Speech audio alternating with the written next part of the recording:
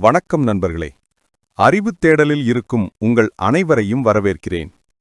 சில சமயங்களில் நாம் அனைத்தையும் அறிந்தவர்களாக உணர்கிறோம். புதியதை ஏற்க மறுக்கிறோம். அப்படிப்பட்ட ஒரு மனநிலையுடன் ஒரு பேராசிரியர் ஒரு ஜென் குருவைச் சந்தித்த போது நடந்த ஒரு சிறிய ஆனால் ஆழமான பாடம் இது. ஒரு காலத்தில் ஒரு புகழ்பெற்ற பல்கலைக்கழக பேராசிரியர் இருந்தார். அவர் எல்லா நூல்களையும் படித்து முடித்ததாக அகந்தை கொண்டிருந்தார். ஜென் தத்துவத்தின் உண்மையை அறிய விரும்பிய அவர் தூர தேசத்திலிருந்த ஞானம் பெற்ற ஜென் குரு ஒருவரை தேடிச் சென்றார். குருவின் முன் அமர்ந்த பேராசிரியர் தன்னுடைய கேள்விகளை கேட்பதற்கு முன் தான் அறிந்திருந்த அனைத்து தத்துவங்களையும் கருத்துக்களையும் பற்றி பெருமையுடன் பேசத் தொடங்கினார்.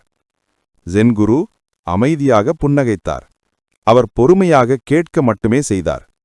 சிறிது நேரம் கழித்து, நாம் தேநீர் அருந்தலாம் என்று கூறிய குரு தேநீர் தயாரிக்கும் பாத்திரங்களை எடுத்தார். அவர் பேராசிரியர் முன்னிருந்த கோப்பையில் தேநீரை ஊற்றத் தொடங்கினார். கோப்பை நிரம்பி வழிந்தது. அவர் ஊற்றுவதை நிறுத்தவே இல்லை. சூடான தேநீர் மேஜை முழுவதும் கொட்டியது. பேராசிரியர் அதிர்ச்சியில் துள்ளினார். போதும், நிறுத்துங்கள். என்ன செய்கிறீர்கள்? கோப்பை நிரம்பி வழிகிறது. அதில் மேலும் எதுவும் நிற்கப் போவதில்லை என்று உரக்க கத்தினார். உடனே ஜென் குரு ஊற்றுவதை நிறுத்தினார்.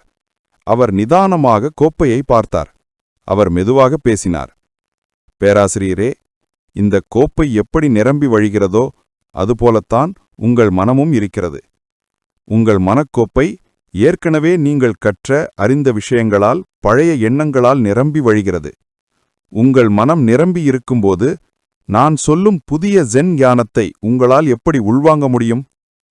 நீங்கள் உண்மையான ஞானத்தை தேடி வந்திருந்தால் முதலில் உங்கள் கோப்பையை, அதாவது உங்கள் மனதை காலியாக்க வேண்டும். பேராசிரியருக்கு அன்றே புரிந்தது. தன்னுடைய அகந்தையும் நான் அனைத்தும் அறிந்தவன் என்ற எண்ணமுமே அவரது அறிவுக்கு முதல் தடையாக இருந்தது. நண்பர்களே, நாமும் எதையும் புதிதாக கற்கத் தொடங்கும் முன் நான் அறியேன் என்ற மனநிலையுடன் தாழ்மையுடன் சென்றால் மட்டுமே ஞானத்தின் வாசலை திறக்க முடியும். உங்கள் மனக்கோப்பைக்குள்ளே இருக்கும் பழைய தேவையற்ற எண்ணங்களை காலியாக்குங்கள். புதிய அறிவுக்கு இடமளியுங்கள். உங்கள் மனக்கோப்பையில் இருக்கும் பழைய எண்ணங்கள் என்ன? எதை நீங்கள் காலியாக்க விரும்புகிறீர்கள்? கமெண்ட் பகுதியில் தெரியப்படுத்துங்கள். இந்த அற்புதமான ஜென் ஞானம் உங்கள் நண்பர்களுக்கும் சென்றடைய மறக்காமல் அவர்களுக்கு ஷேர் செய்யுங்கள்.